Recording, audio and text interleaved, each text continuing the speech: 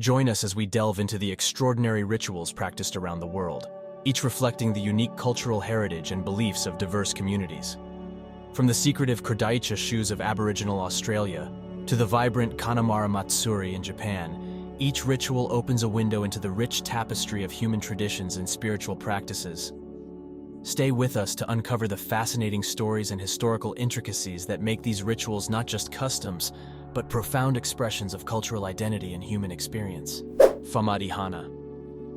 Is it really true that people in Madagascar dig up their dead relatives, wrap them in fresh cloth, and dance with the corpses?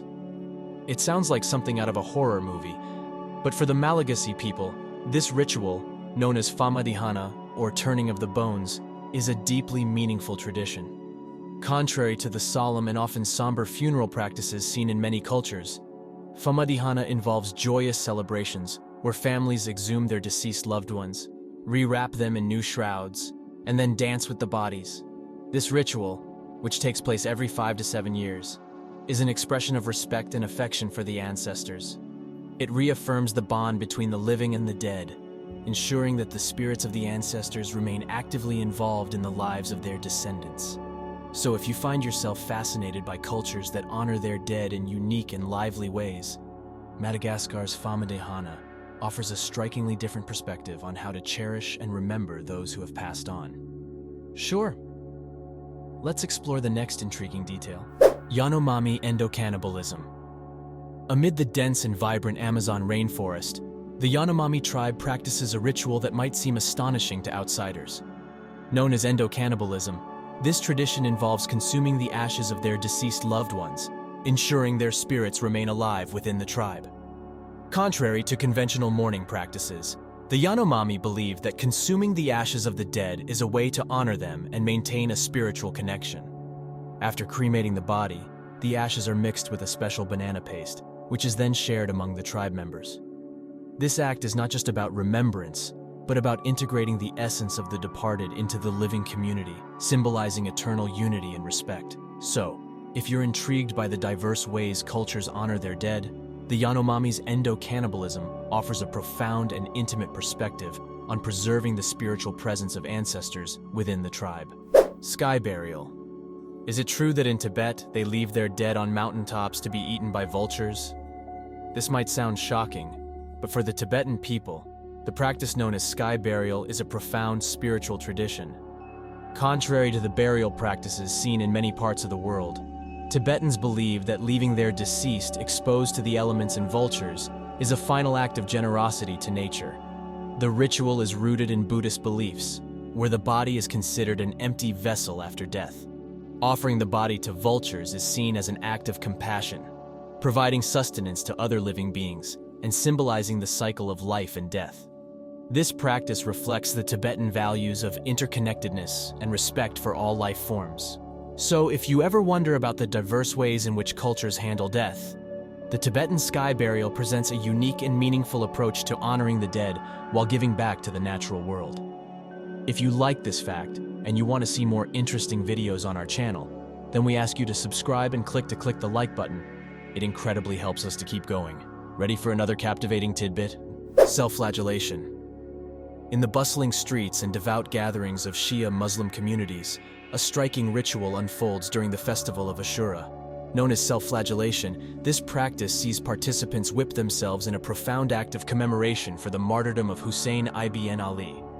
Contrary to the more subdued mourning practices found elsewhere, self-flagellation during Ashura is a dramatic and intense expression of grief and faith. Hussein ibn Ali, the grandson of the Prophet Muhammad, was killed in the Battle of Karbala, and his followers mark this event by using chains or blades to inflict wounds upon themselves. This act symbolizes their deep sorrow, penance, and unwavering devotion, creating a powerful collective experience of shared suffering and solidarity. So if you're intrigued by the extreme ways in which people express their religious fervor and commemorate historical events, the self-flagellation observed during Ashura offers a vivid and poignant insight into the depth of faith and the lengths to which individuals will go to honor their beliefs. Satere Mawe Bullet. Ant glove. Have you ever heard of a rite of passage so excruciating that it involves willingly enduring the stings of some of the world's most painful insects? In the Brazilian Amazon, young boys of the Sateramawe tribe participate in a daunting ritual known as the bullet ant glove to transition into manhood. Contrary to more conventional coming-of-age ceremonies, the Sateramawe boys face a harrowing challenge. Bullet ants, infamous for their intensely painful stings, are woven into gloves made from leaves.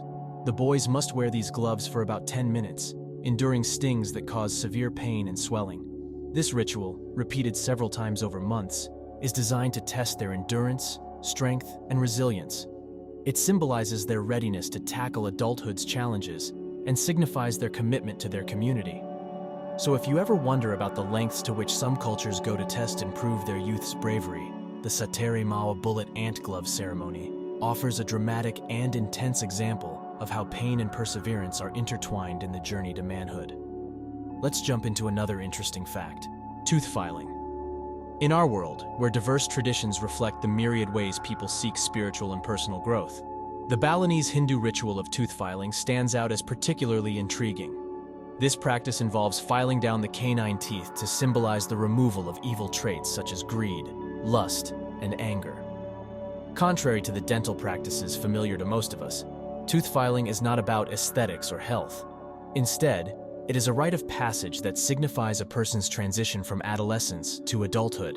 The ritual, called medita or misangi, is usually performed during a significant ceremony attended by family and community members. The belief is that by filing down the pointed canine teeth, which are associated with animalistic instincts, individuals can attain a higher level of spiritual purity and control over their baser impulses. This practice is deeply rooted in Balinese culture and spirituality, reflecting the importance placed on inner harmony and balance.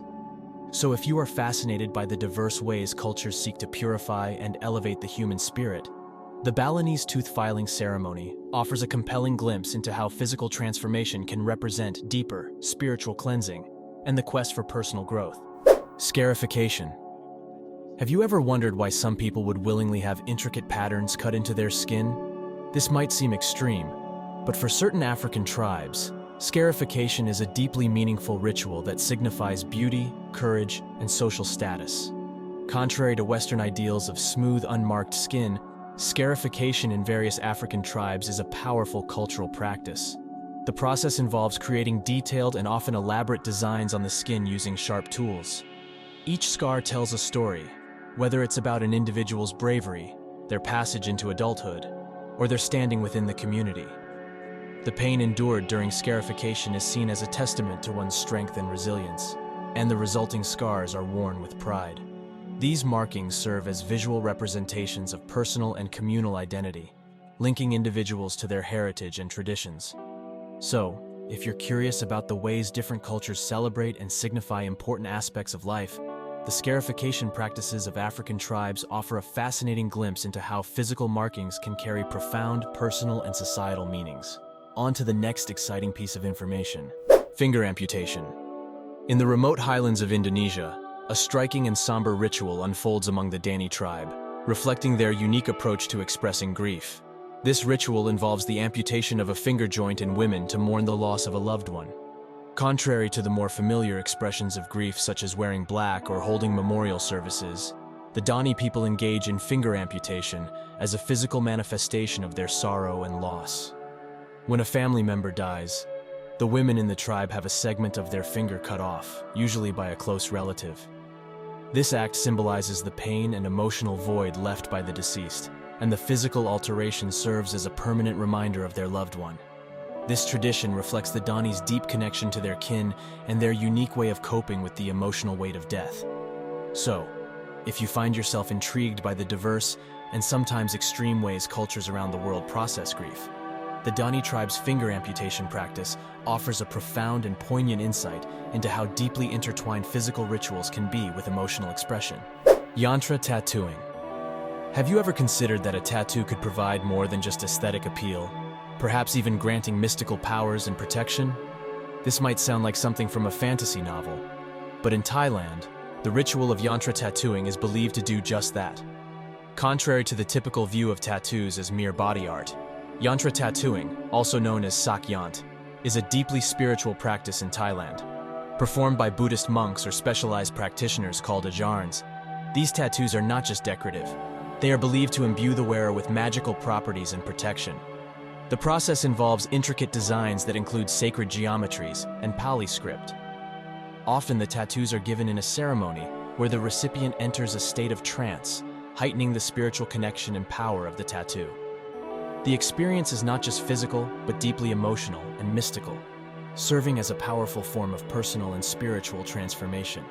So if you're curious about the ways in which body art intersects with spirituality and protection, the practice of yantra tattooing in Thailand offers a fascinating glimpse into how tattoos can be more than skin deep, embodying profound spiritual significance and mystical empowerment.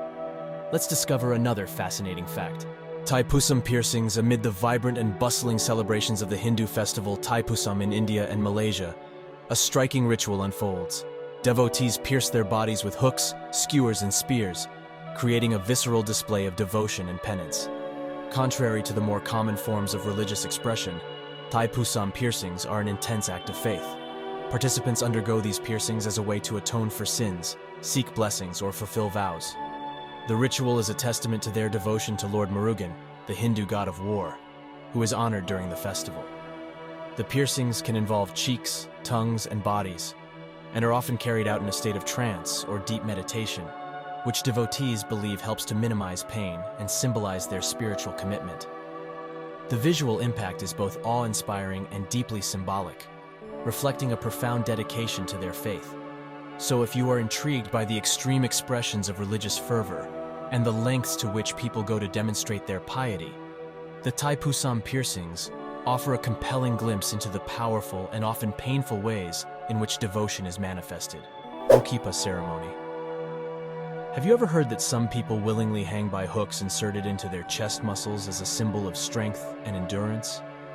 This might seem unimaginable, but for the Mandan tribe of North America, the Okipa ceremony is a profound and intense rite of passage.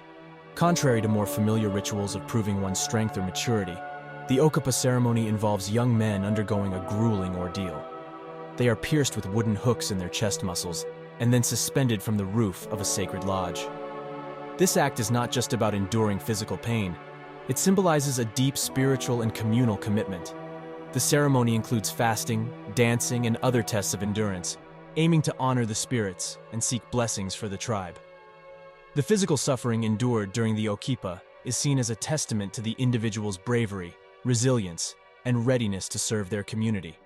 So, if you find it fascinating how different cultures define and test the limits of human endurance and spirituality, the Mandan tribe's Okipa ceremony offers a striking example of how extreme physical trials can embody profound cultural and spiritual significance. Here comes another compelling point. Maasai blood drinking. In the vast savannas of Kenya and Tanzania, a unique and ancient ritual unfolds among the Maasai people. This involves the consumption of cow blood mixed with milk, a practice that is both traditional and nutritional. Contrary to common dietary habits, the Maasai integrate cow blood into their diet as a vital source of nutrition. This practice is not merely a cultural quirk, but a deeply ingrained tradition that sustains their semi-nomadic lifestyle. The process of collecting blood is performed with great care to ensure the cow's well-being, often by making a small incision in the animal's neck. Mixed with milk, the blood provides a rich source of protein and essential nutrients. For the Maasai, this ritual is a testament to their resourcefulness and profound connection to their cattle, which are central to their way of life. So, if you're intrigued by the diverse ways in which cultures around the world sustain themselves, the Maasai's practice of drinking cow blood offers a fascinating glimpse into how traditional knowledge and dietary customs can be deeply intertwined with survival and cultural identity. Funeral rites of the Toraja. Is it possible that some cultures keep the mummified bodies of their deceased relatives in their homes for months or even years?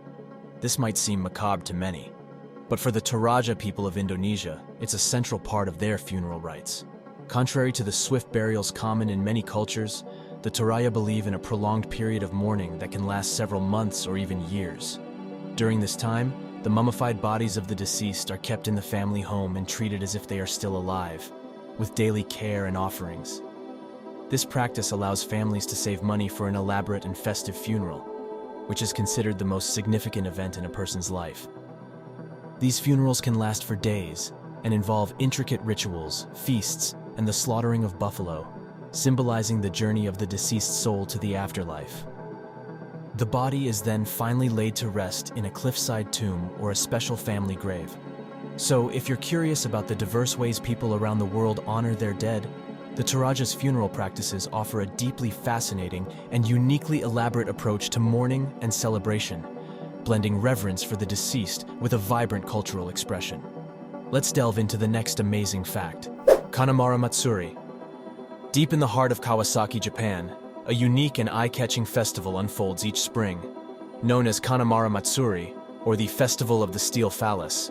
This event features giant phallic statues paraded through the streets, celebrating fertility and protection from sexually transmitted infections. Contrary to more conventional festivals, Kanamara Matsuri is a vibrant and unabashed celebration of sexuality and fertility. The origins of the festival trace back to local legends and the worship of the Shinto deity associated with fertility and childbirth. During the event, enormous phallus-shaped statues are carried through the streets, accompanied by lively crowds, music, and various phallus-themed merchandise. The festival also serves a serious purpose. It promotes awareness and protection against sexually transmitted infections, with proceeds often going to related health causes. It is a colorful mix of reverence, fun, and education, reflecting a unique approach to important social issues. So if you're intrigued by how different cultures address and celebrate aspects of human life that are often considered taboo, the Kanamara Matsuri in Japan offers a fascinating and open-hearted look at the intersection of tradition, health awareness, and joyous celebration. Hindu Agori practices. Is it true that some people deliberately engage with human ashes, bones, and even flesh as part of their spiritual practices? This might sound shocking, but for the Agori sadhus of India, such rituals are central to their quest for spiritual transcendence. Contrary to conventional Hindu practices that emphasize purity and cleanliness, Agori sadhus seek to confront and transcend traditional notions of pollution and purity. They believe that by engaging with what is considered impure, such as human remains, they can achieve a higher state of enlightenment. The Agori perform their rituals at cremation grounds, smearing themselves with ashes of the deceased, using skulls as drinking vessels, and meditating on human bodies. These practices are meant to help them break free from worldly attachments and fears, thereby attaining a state of detachment and spiritual liberation. So, if you're curious about the extreme lengths to which some individuals go to challenge and redefine spiritual norms, the practices of the Agori sadhus offer a fascinating and intense exploration of how deeply held beliefs can drive people to embrace the most unconventional and taboo aspects of human existence. Time for another fascinating nugget. El Colacho. Amid the picturesque streets of Castrillo de Murcia, Spain, an unusual and vibrant festival takes place each year known as El Colacho. This event features men dressed as devils leaping over infants who are laid on mattresses in the street, a ritual believed to cleanse the babies of original sin. Contrary to more common religious ceremonies like baptisms, El Colacho combines elements of danger and festivity. Participants, known as El Colacho, don colorful devil costumes and jump over rows of babies born in the previous year. This centuries-old tradition dates back to 1620 and is part of the celebration of Corpus Christi. The dramatic leaps are meant to symbolize the devil taking away the sins of the newborns, ensuring their spiritual purity. The festival is filled with parades, music, and revelry, blending religious devotion with communal celebration. So if you're intrigued by how different cultures incorporate unique rituals to address spiritual beliefs and practices, the spectacle of El Colacho offers a fascinating glimpse into a tradition where faith, community, and festivity converge in a bold and lively display. Kerdaicha shoes. Deep in the ancient landscapes of Australia, some Aboriginal groups practice secretive and often deadly rituals involving unique footwear known as Kerdaicha shoes. If you enjoyed these intriguing insights into the diverse and fascinating rituals practiced around the world, leave a comment with ritual below. Your enthusiasm motivates us to continue exploring and sharing more unique facts and captivating stories about these remarkable traditions and the cultures that uphold them. These special shoes, crafted from emu feathers and human hair, were used by tribal executioners during their missions. Contrary to the peaceful and harmonious image often associated with Aboriginal cultures, the Kerdaicha rituals were a form of tribal justice. The shoes were designed to leave no tracks, allowing the Kerdaicha men to move silently and invisibly as they carried out their tasks. These tasks often involved enacting punishment on individuals deemed to have violated tribal laws or taboos. The secrecy and ritualistic nature of these missions added to the mystique and fear surrounding the Kurdaicha men, who were believed to possess supernatural abilities. The use of human hair in the shoes further emphasized the spiritual and physical connection to the tribe and its ancestors. So, if you're fascinated by the ways in which different cultures enforce their codes of conduct and deliver justice, the Kurdaicha rituals of Aboriginal Australia offer a haunting glimpse into a practice where silence, secrecy, and symbolism converge in a profound expression of tribal law and mysticism. Remember to share this video with your friends, give it a thumbs up, and explore our other videos for more exciting discoveries. See you on our next adventure.